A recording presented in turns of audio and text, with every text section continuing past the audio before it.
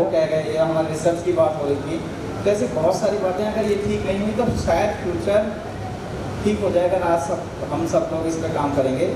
तो जो फ्यूचर की बात है ना, फ्यूचर इतना ब्राइट है, और फ्यूचर मेडिसिन क्यों है मैं इसको बताने की कोशिश करूँगा। लेकिन उससे पहले मैं आपको कुछ चीज़ें बताऊँगा। नेक्स्ट, ये जो आज का लेक्चर है ये डेडिकेटेड है हमारी डेवी ब्रक को, डॉक्टर रजनीश सर और मैं, इनके साथ बहुत लंबे समय लग रहे। इन्होंने मेरे एक टॉपिक का नाम रखा था ड्रीम एज इंडिकेटर्स, क्योंकि मैं उस समय सपनों पे काम कर रहा था।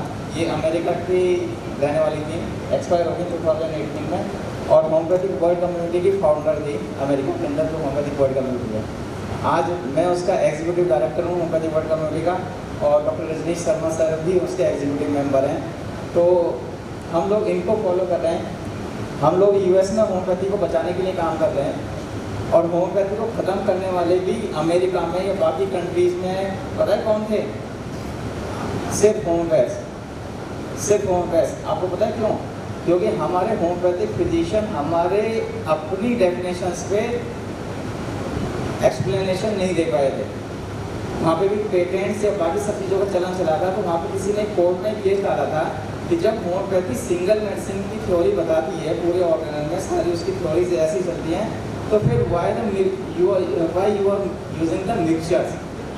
ये बात कोर्ट में गई, और कोर्ट में इस बात को कोई भी प्रूव नहीं कर पाया कि हम लोग ऐसा क्यों कर रहे हैं। और वहाँ पे एकदम से होम्योपैथी का डिक्लाइन आ गया। हम लोग रिवाइव करने की कोशिश कर रहे हैं। ये तो अच्छा है कि हम हिंदुस्तान में, और यहाँ पे एक हाई डिपार्टमेंट भी बन गया है, होम्योपैथी में भी काम हो रहा है, लेकिन रिसर्च को लेकर के अभी भी बहुत सारी चीज़ें हैं जो बाकी हैं। तो ये आज का लेक्चर जो ड्रीम एज ए इंडिकेटर्स, उन्होंने ये टॉपिक रखा था, उन्हीं को डेडिकेटेड है। नाउ भी बात करते हैं बाय फ्यूचर मेडिसिन। आप लोगों ने अभी जिन्होंने भी हाथ खड़े करे, जिन्होंने सपनों के बारे में पूछा होगा अपने मरीजों से, तो उन्होंने इस सपनों के बारे में पूछते ही एक रिपोर्टरी को भी खोला होगा, और ये भी देखा होगा कि यार कितने सारे सपनों के बारे में हमारी रिपोर्टरी के अंदर जिक्र है ना। अलग अलग टाइप के सपने आते हैं, हम सपनों की बात कर रहे हैं, और सपनों की जिक्र हर एक अलग मेडिसिन। मतलब आप सोचो कि किसी एक सपने के लिए एक सिंगल मेडिसिन भी है, और किसी एक सपने के लिए कई मल्टीपल मेडिसिन भी है। तो सोचो अब से 250 साल, लगभग 250 साल पहले ये काम हो गया था कि हम सब कॉन्शियस माइंड तक पहुंच गए थे। आज भी पूरे वर्ल्ड में होम्योपैथी के अलावा कोई भी ऐसी मेडिसिन नहीं है जो अलग अलग ड्रीम्स की अलग अलग मेडिसिन बता सके। I am right? कन्फर्म है ना कि आज भी पूरे दुनिया में जितनी भी अल्टरनेटिव मेडिसिन में, मैं जब चाइना में गया था तो एक अल्टरनेटिव मेडिसिन की कॉन्फ्रेंस थी, मैंने बहुत सारे अल्टरनेटिव मेडिसिन को स्टडी किया और देखा कि कोई भी ऐसी पैथी नहीं है जो अलग अलग आयाम को लेकर के, मतलब अगर सिर्फ सपने तो बहुत दूर हैं, हम सिर्फ बुखार की बात कर लें तो हम बुखार पे भी कितने एडवांस हैं। 1 बजे होगा तो ये मेडिसिन, 2 बजे होगा तो ये मेडिसिन, 3 बजे होगा तो वो मेडिसिन, 4 बजे होगा तो ये मेडिसिन।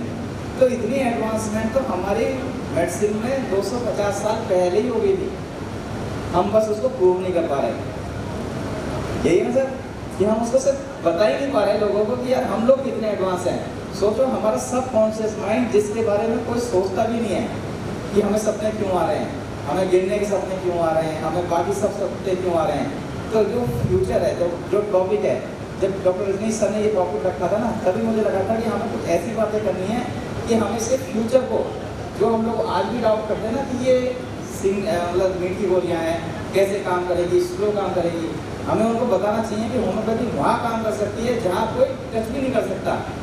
सोचो किसी भी साइकेट्रिस्ट, कोई भी कितना ही बड़ा साइकेट्रिस्ट हो, आप उसके पास ये लेकर के चले जाओ कि डॉक्टर साहब मेरे को बहुत बड़े सपने आते हैं, उनके पास सिर्फ एक ट्रीटमेंट है, क्या एंटी डिप्रेसेंट या उसको स्लीपिंग पिल लेकर के और गहरी नींद में सुला दो। ये नहीं पूछते कि यार वो सपने कैसे आ रहे हैं। आज भी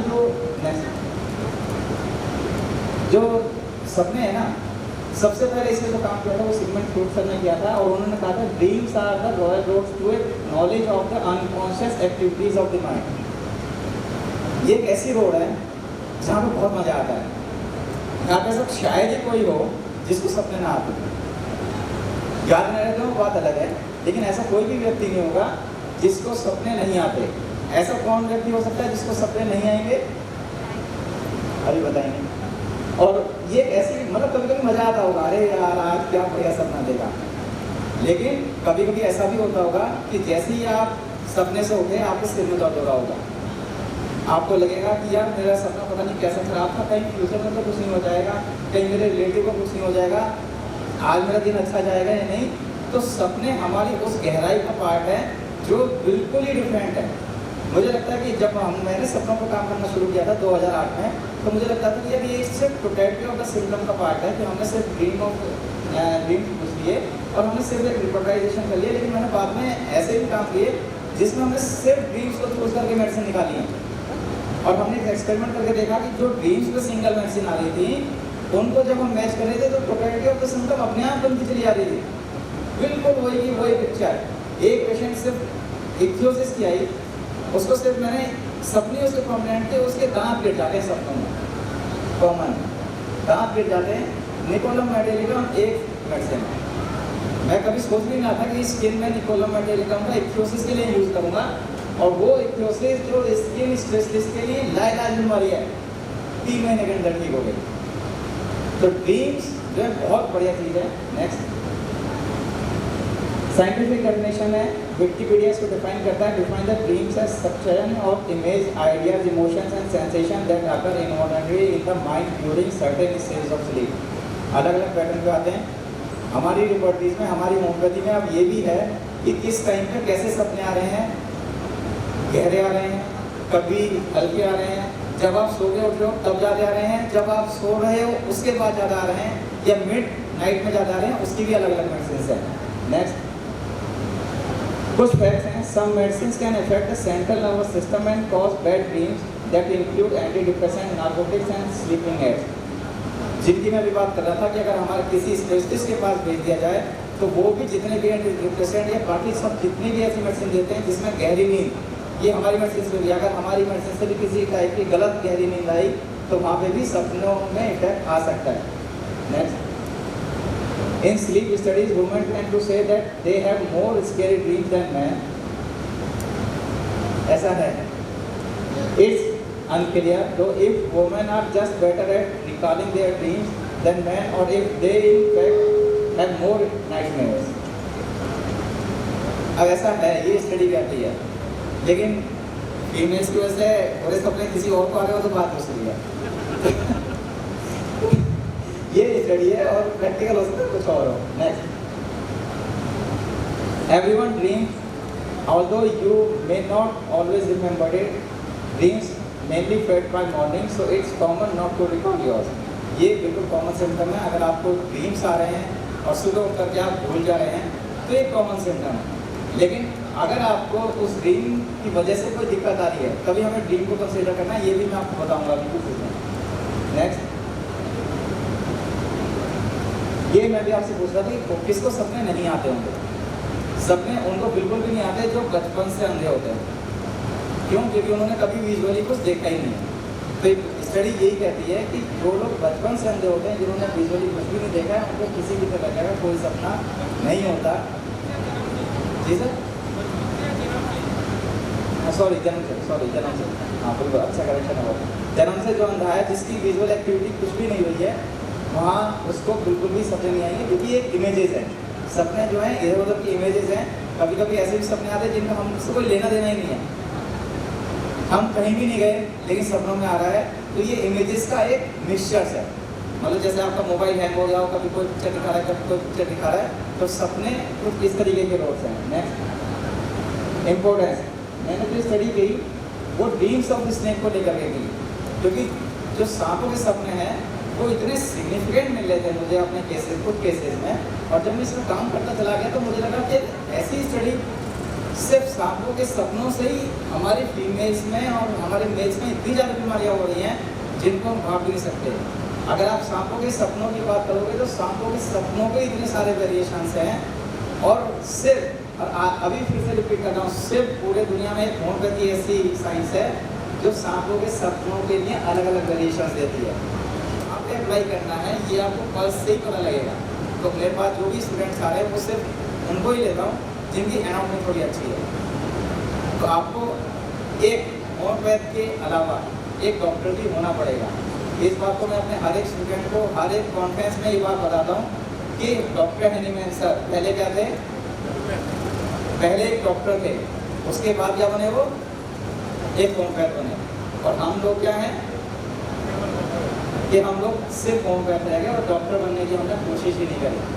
हम लोग ना पल्स एग्जामिन कर रहे हैं, ना हम लोग बीपी एग्जामिन कर रहे हैं, ना हम लोग ईसीजी देख रहे हैं, ना हम लोग सीटी स्कैन देख रहे हैं। हम लोग टेक्नोलॉजी का यूज़ नहीं कर रहे हैं, या हम लोग डॉक्टरी वालों को कोई बात ही नहीं कर रहे हैं। कितने लोग ऐसे हैं जो पेट के दर्द में या सिर के दर्द में पेशेंट को लिटा करके एब्डोमिनल एग्जामिनेशन कर रहे होंगे या सिर का एग्जामिनेशन कर रहे होंगे।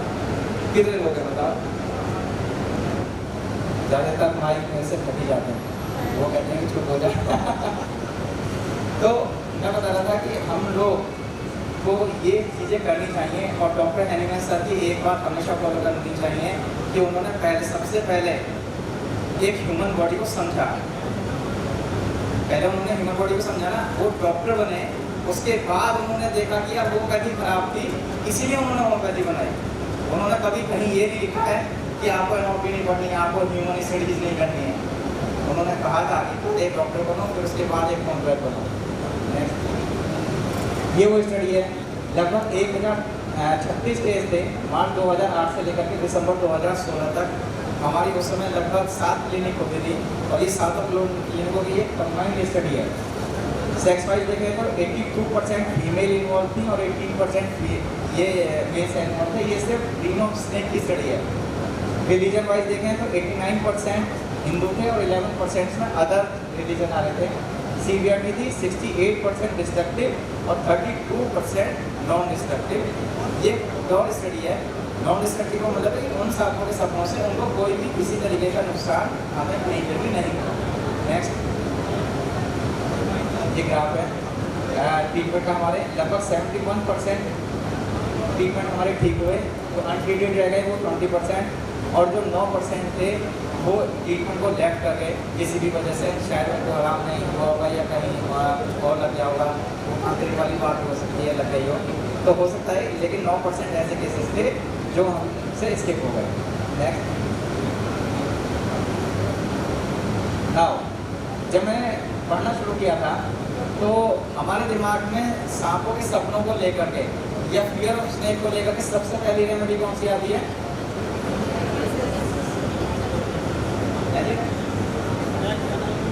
लेफ्ट कैनिनम, अर्जेंटम नाइटिगम, उससे भी ऊपर है लेगेसिस, है ना। सबके मन में लेगेसिस एक ऐसी मेडिसिन है जो सांपों के सपनों को लेकर के ज़्यादातर लोगों के मन में आती है, लेकिन कैंट रिपर्टरी में लेगेसिस ड्रीम ऑफ स्नेक में कहीं पर भी है ही नहीं, कहीं भी नहीं है। सिंथेसिस में आई, लेकिन कैंट रिपर्टरी में लेगेसिस का कहीं भी जिक्र नहीं है। मैं भी तो नहीं पता था। हाँ लेगेंट का है, लेगेंट का है, लेकिन लेगेसिस का जो हम लोग पढ़ते आ रहे थे, मैंने भी इनिशियल डेज में लेगेसिस को ये सोचा कि यार यही एक मेडिसिन है, तो हम देते थे, पेशेंट तो ठीक होगा, लेकिन कैसे ठीक होगा हमें नहीं पता था। लेकिन वो कैंट रिपर्टरी में लेगेसिस जो है वो फर्स्ट ग्रेड या किसी भी ग्रेड में कैंट रिपर्टरी में बिल्कुल भी नहीं है। अगर आप फर्स्ट ग्रेड की बात करोगे तो कोई भी ऐसी मेडिसिन नहीं है जो फर्स्ट ग्रेड की मेडिसिन हो सांपों के सपनों के अंदर। लेकिन जो सेकंड ग्रेड में है अर्जेंटम नाइटिगम, लेगकेन, रेनॉन प्लस परकोसस और रेनॉन प्लस स्केलेटस, ये बहुत मेन मेडिसिन है रेनॉन प्लस, जो हम लोग सब कभी सांपों के सपनों के लिए सोचते ही नहीं है। नेक्स्ट जब सांपों के सपनों के लिए बात आई तो हमने एक मेडिसिन चूज करी जो सबसे कॉमनली काम कर रही थी, वो थी मैड्रियाना। उससे भी ज़्यादा अच्छी काम करी बोविस्टा। मतलब बोविस्टा एक ऐसी मेडिसिन निकली जिसने सांपों के ऐसे ऐसे सपनों के केस को ठीक किया, और वो भी सिर्फ एप्लीकेशन है। मतलब जिस केस के लिए मैं आपको बता रहा हूँ कि जो सांप आता था और ऐसे खाता था, उसको हमने सिर्फ लेफ्ट कैरोटिड पल्स पे बोविस्टा अप्लाई की थी। उसके बाद से उसको अब लगभग 3 साल हो गए, एक भी सांपों का सपना या उसकी सेंसेशन नहीं आई। तो सोचो हमारी होम्योपैथी इतनी मिनिमम डोज पे काम करती है कि उसको ओरल तक की भी जरूरत नहीं है, ओरल तक की भी जरूरत नहीं है। हम लोग तो ऐसे काम कर रहे हैं कि वो जो एप्लीकेशन से माइंड पे ठीक हो रहा है, बस आपको अप्लाई कहाँ करनी है ये देखना है।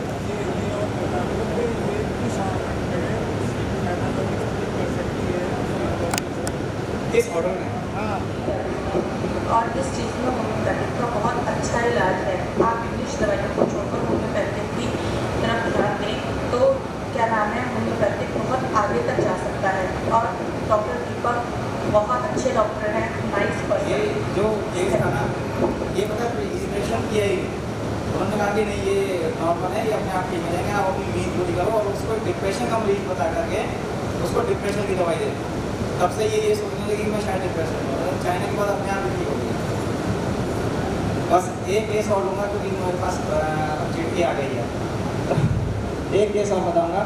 एक 16 ईयर की फीमेल थी with irregular menstruation for 1 year. इसको ड्रीम थे for several people is calling her, history of sexual abuse at age of 12, और इसको लगभग हमें इसकी मिनिमम पहुँचने में भी 1 साल लग गया। हम लोग ये सोचते हैं कि आज हमारे पास मरीज आया और कल वो ठीक हो जाए। आप सोचो अगर किसी की 12 साल की हिस्ट्री है तो उसको आप 12 मिनट में या 12 घंटे में कैसे सॉल्व करोगे? एक केस टेकिंग का सिद्धांत है। केस टेकिंग का सिद्धांत है कि सब लोग ये तो जानते हैं, केस टेकिंग एक आर्ट है, ये साइंस नहीं है। केस टेकिंग का मतलब ये नहीं होता कि आप नाम से लेकर के पूछना शुरू करो और फिर प्रेजेंटिंग कंप्लेंट, उसके बाद पर्सनल हिस्ट्री और ये सब। उसका एक अपनी आर्ट है कि कौन सा हिस्सा कहाँ पे पूछना है, ये फिजिशियन पर डिपेंड करता है। ऐसे बहुत सारे मरीज आएंगे आपके पास जो आपको पहली बार में आपको कुछ बताना ही नहीं चाहिए। ऐसे भी हमारे पास केस है जो 3 साल के अंदर ओपन हुए। 3 साल बाद हमें पता लगा कि अच्छा यार ये पुरानी थी। वो कह रही सर मुझे लगा कि ये जरूरी था, इसलिए आपको बताया। और तो ये जरूरी नहीं कि हम सिंगल पीरियड में सिंगल केस को प्योर की तरफ ले जाएंगे। ये डॉक्टर ने सर ने थर्ड एपिसोड में बिल्कुल क्लियरली कह दिया था पहले वर्ड में। क्या लिखा था उन्होंने स्टार्टिंग में? If the physician clearly perceive, उन्होंने पहले ही लगा दिया। इफ का मतलब है कि अगर ऐसा हुआ तो, ठीक है ना। अब डॉक्टर राजेंद्र सर एक कॉन्फ्रेंस में जाने की जल्दी में है और मरीजों की लाइन लग रही है, तो सर परसीविंग करेंगे या कॉन्फ्रेंस में जाएंगे? और किसी वजह से अगर कॉन्फ्रेंस में नहीं गए तो उसकी परसीविंग तो ठीक नहीं हो सकती, प्रैक्टिकली बात। या फिर घर आप पेशेंट देख रहे हैं, बहुत अच्छे मन से देख रहे हैं, लेकिन घर से वाइफ का फोन आ रहा है कि आ जाओ जरा घर पे, ये सब खत्म हो रहा है, तो आपकी जो परसीविंग है वो वहीं से चेंज होनी शुरू हो जाएगी। तो हमेशा प्रैक्टिकल बनो और ये मत सोचो कि आज ही सिंगल बेड से निकालेंगे। अभी सर ने कहा ना कि हमारे पास 24 घंटे का टाइम नहीं है कि हम फिट करके रखें उसको फिर ट्राई करें। है सर, है ना 24 घंटे का टाइम। आज उसको आप एसएल दे दो, उसको बोलो कि ये वाली दवाई कल से शुरू करनी है। मेथड तो हमें ही बनाने हैं ना। जब हमें पता है कि वो ठीक करना है तो मेथड हमें ही बनाने हैं। अभी डॉक्टर की तरह बताया कि मॉर्निंग में दवाई लेनी है, नाइट में नहीं लेनी। उसके रीजन्स हैं, हमें साइंटिफिक जवाब देने पड़ेंगे। रीजन्स है कि जितने भी हार्मोन लेवल हैं जो एक्टिवेटर्स होते हैं वो रात को सब शट डाउन हो जाते हैं। इन केस अगर आपको रात को कोई मेडिसिन दी और उसकी कोई होम्योपैथिक एक्टिवेशन नहीं आ गई तो रात को कैसे संभालोगे, कोई इमरजेंसी कैसे करोगे? इसीलिए हमेशा ज़्यादातर मॉर्निंग में डोजेज इसलिए दी जाती है क्योंकि उस समय हमारे सारे हार्मोन लेवल्स में वो हाई होते हैं। मेडिसिन के एक्शन भी उसी हिसाब से काम करेंगे। हाँ, ये जरूरी है कि कुछ ऐसी मेडिसिन है जो रात को ही दी जाती है, उनके लिए आपको रात को काम करो। लेकिन उसके लिए भी आप जितना भी हो सके सोने से कम 2 या 3 घंटे पहले दे दो, ताकि अगर कोई एग्रेवेशन आए तो हम कुछ उसको हेल्प कर पाएँ, ये बता पाएँ कि ये कोई बात नहीं, कल तक ठीक हो जाएगा। हर एक मेडिसिन का अपने टाइम निर्धारित है। होम्योपैथी इतनी एडवांस है कि अभी तो हम लोग यही नहीं जानते कि जो हमने कोविड में आर्सेनिक एल्बम दी वो किस टाइम पे दी जानी है, बस सबने दे दी। ये बिना सोचे हम लोग ये तो कहते हैं कि अब वैक्सीन के साइड इफेक्ट आएंगे, किसी ने ये बात नहीं करी कि यार आर्सेनिक के भी साइड इफेक्ट आ सकते हैं। ये जरूरी नहीं है कि आर्सेनिक के साइड इफेक्ट नहीं आएंगे। अगर आपने गलत टाइम पे आर्सेनिक दी है तो arsenic will prove with in a few hours, ये कंफर्म है। अगर आपने गलत टाइम पे दी थी तो हमें मेडिसिन के जो टाइमिंग है वो भी बहुत ज़रूरी है, ये समझना इस बात को। होम्योपैथी बहुत डीप साइंस है, बस इसका काम नहीं होगा। हम लोग बस एक ही पहले पे चला रहे हैं, 6 शुगर पेशा 15 बूंदे शुगर पेशा। इसके अलावा हमने होम्योपैथी में और कुछ करने की कोशिश ही नहीं करी। अभी तो यहाँ पे जितने भी बैठे हैं उसमें से मुझे लगता है शायद 2% भी लोग, डॉक्टर कांत ने आज बता दिया ग्लोब्यूल के बारे में, वरना लोगों को ये नहीं पता ग्लोब्यूल कैसे बनते हैं। हमने तो सर 2006 में मैंने कुछ कंपनी को